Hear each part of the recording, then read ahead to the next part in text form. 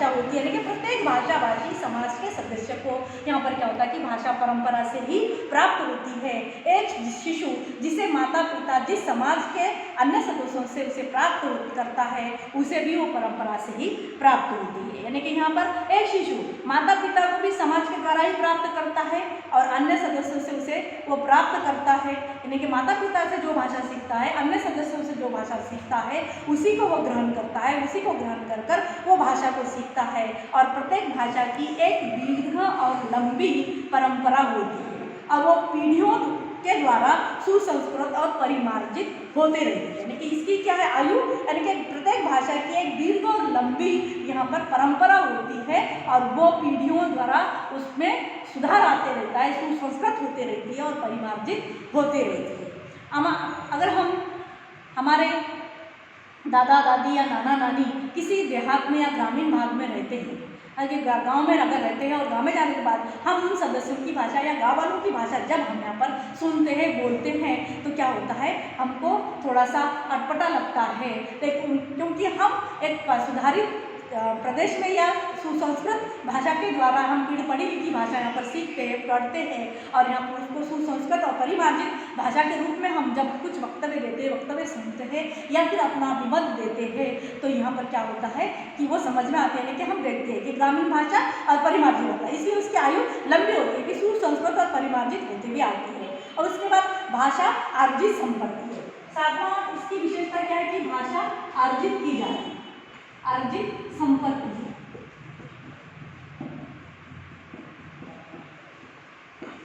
भाषा अर्जित संपत्ति, अर्जित इसलिए कि यद्यपि भाषा परंपरा से प्राप्त होती है, हमने देखा है कि भाषा परंपरागत वस्तु है, वो परंपरा से प्राप्त होती है, फिर भी प्रत्येक सदस्य को उसे अर्जित करना पड़ता है, अर्जित कर कर ही वो भाषा को बोलता है, क्योंकि प्रत्येक बच्चे में सीखने की एक नैसर्गिक बुद्धि अलग अलग होती है। यानी कि वो किसी को भाषा बहुत जल्दी अवगत हो जाती है, वो बहुत जल्दी यहाँ पर सीख लेता है, क्योंकि वो उसके नैसर्गिक बुद्धि उसकी अलग अलग होती है। जिस तरह से वो चलना, खाना, पीना सीखता है, उसी प्रकार बोलना भी सीखता है। जिस वातावरण में, जिस परिवेश में बच्चा रहता है, उस परिवेश को, उस भाषा को वो अर्जित करता है। और एक भारतीय बच्चा इंग्लैंड की भाषा समाज में रहकर अंग्रेजी सीखेगा, हिंदी नहीं। यानी कि अगर एक भारतीय बच्चा है और वो इंग्लैंड में रह रहा है तो वो हिंदी नहीं सीखता, बल्कि वो वहीं की भाषा सीखता है, अंग्रेजी। इसीलिए यहाँ पर कहते हैं कि जिस वातावरण में, जिस परिवेश में बच्चा पढ़ता है, बढ़ता है, चलता है, वही की भाषा वो बोलता है। और भाषा प्राप्त हो जाने वाली वस्तु नहीं, बल्कि एक विशेष वातावरण में रहकर उसे अर्जित करना पड़ता है। इस तरह की ये भाषा होती है। और यहाँ पर भाषा का अगर 8वीं विशेषता देखा जाए तो भूमिकाओं की परंपरा परिवर्तनशील, भूमिकाओं की परंपरा, क्योंकि उसमें भूमिकाओं की परंपरा से वो क्या होती है, परिवर्तनशील होती है।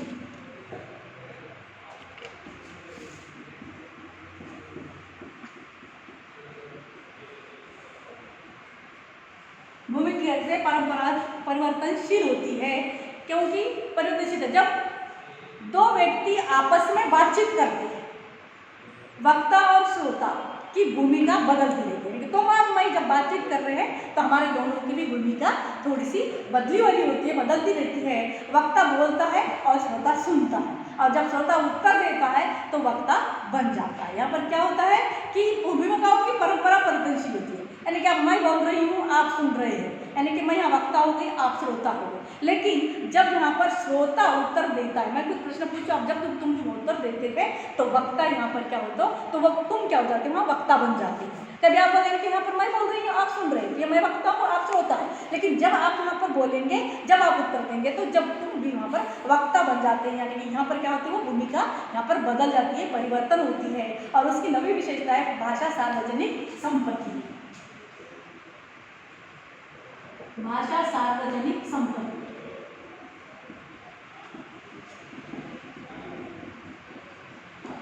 भाषा सार्वजनिक संपत्ति इसलिए कि भाषा किसी व्यक्ति विशेष की संपत्ति नहीं। जैसे कि कोई व्यक्ति है, कोई साहूकार है, वो कमा रहा है, कोई मजदूर है, वो मजदूरी कर रहा है, उसको उसे पैसे मिल रहे हैं, पैसे के रूप में, दाम के रूप में, वो उसकी संपत्ति होगी। लेकिन भाषा कोई एक व्यक्ति विशेष की संपत्ति नहीं होती, न वो उस पर किसी का एकाधिकार होता है। कोई भी व्यक्ति चाहे वो किसी भी वर्ण का हो, वर्ग का हो, धर्म का हो, परिवार का हो, समाज का हो अथवा देश का हो, यानी कि कोई उसका कोई वर्ण देखा नहीं जाता, उसका वर्ग देखा नहीं जाता, धर्म देखा नहीं जाता, उसका समाज नहीं, उसका परिवार नहीं अथवा उसका देश, यानी कोई भी देश का हो, कोई भी समाज का हो, कोई धर्म का हो, वो किसी भी भाषा को सीखकर प्रयोग कर सकता है और इसीलिए भाषा को सार्वजनिक संपत्ति कहते हैं। यानी कि भाषा कोई भी धर्म का, कोई भी वर्ग का, कोई भी वर्ण का, कोई भी समाज का व्यक्ति यहाँ पर सीख सकता है, इसीलिए भाषा क्या होती है, सार्वजनिक संपत्ति होती है। और भाषा का व्यक्तित्व स्वतंत्र है। अगली यहाँ पर क्या होती है विशेषता, भाषा का व्यक्तित्व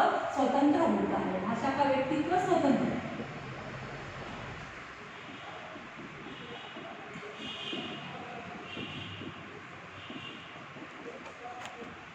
भाषा का व्यक्तित्व स्वतंत्र होता है, यानी कि भाषा ध्वनि, संकेत और उनके अर्थ यादृच्छिक और उस समाज के द्वारा निर्धारित होते हैं तथा उनकी निजी व्याकरणिक व्यवस्था होती है अतः उनका व्यक्तित्व भी पृथक पृथक अर्थात अलग अलग होता है। इस स्वतंत्र व्यक्तित्व के कारण ही भाषा को सीखना पड़ता है। देखिए, हमारे हिंदी का व्याकरण ले लो और मराठी का व्याकरण ले लो। जैसे शब्द उदाहरण के लिए कवि शब्द जब हम लिखते हैं तो हमारे हिंदी में हम वी की वेलांटी पहली होती है, तो मराठी में वो उसकी वेलांटी दूसरी हो जाती है। जैसे अब यहाँ पर मैंने संपत्ति शब्द लिखा, संपत्ति में पहली वेलांटी क्या है, व्याकरणिक रूप से देखें तो हिंदी में पहली आती है और मराठी में वही दूसरी हो जाती है। इसीलिए यहाँ पर क्या है कि भाषा का व्यक्तित्व स्वतंत्र होता है। वो ध्वनि संकेतों के द्वारा उसके अर्थ यादृच्छिक होते हैं, उसके ऊपर वो निर्धारित समाज के द्वारा वो निर्धारित होते हैं और उनकी व्याकरणिक निजी व्याकरणिक व्यवस्था होती है अतः उनका व्यक्तित्व भी अलग अलग होता है। इसीलिए इसका स्वतंत्र व्यक्तित्व के कारण भाषा को सीखना पड़ता है। इनका व्यक्तित्व, यानी कि अंग्रेजी को देखो, अंग्रेजी का व्याकरण अलग है, हमारा व्याकरण अलग है। तमिल जाओ, तमिल का व्याकरण देखो, हमारा व्याकरण देखो अलग है। तेलुगु जाओ, तेलुगु का व्याकरण अलग है, हमारा व्याकरण अलग है। यानी कि इसी के कारण यहाँ पर क्या है, उसमें वो व्यक्तित्व स्वतंत्र होने के कारण उसे सीखना पड़ता है। उसमें 11वीं विशेषता उसकी है, भाषा व्यवहार के लिए अपने में पूर्ण होती है। 11वीं भाषा व्यवहार के लिए अपने में पूर्ण,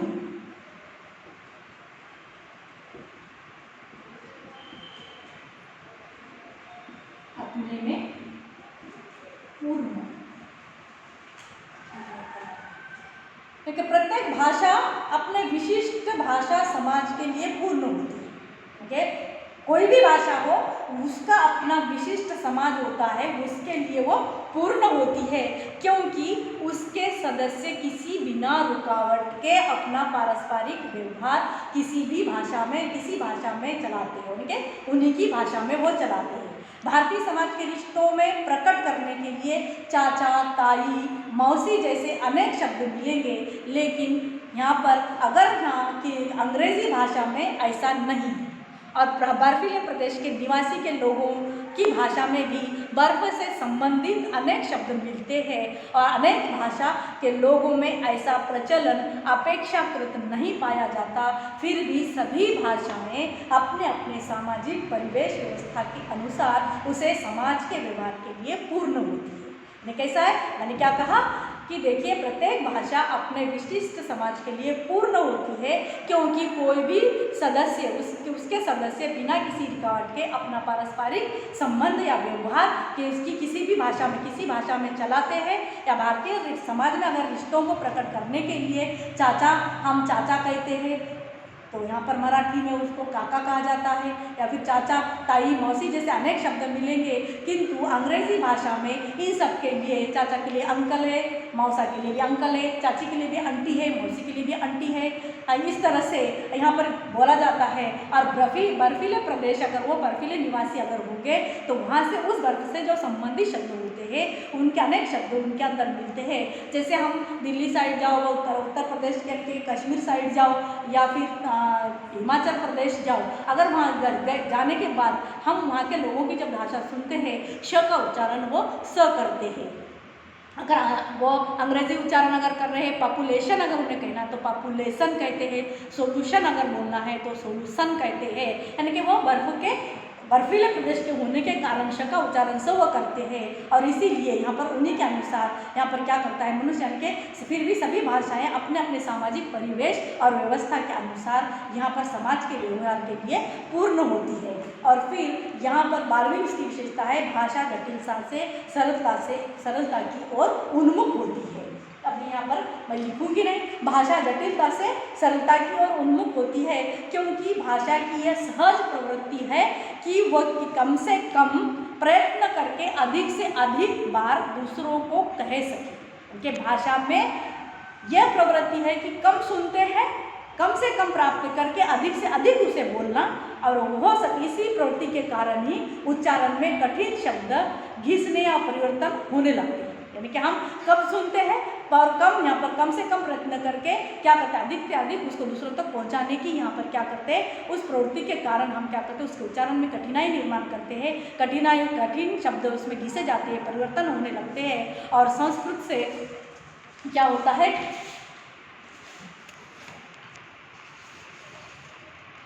संस्कृत से हिंदी में बहुत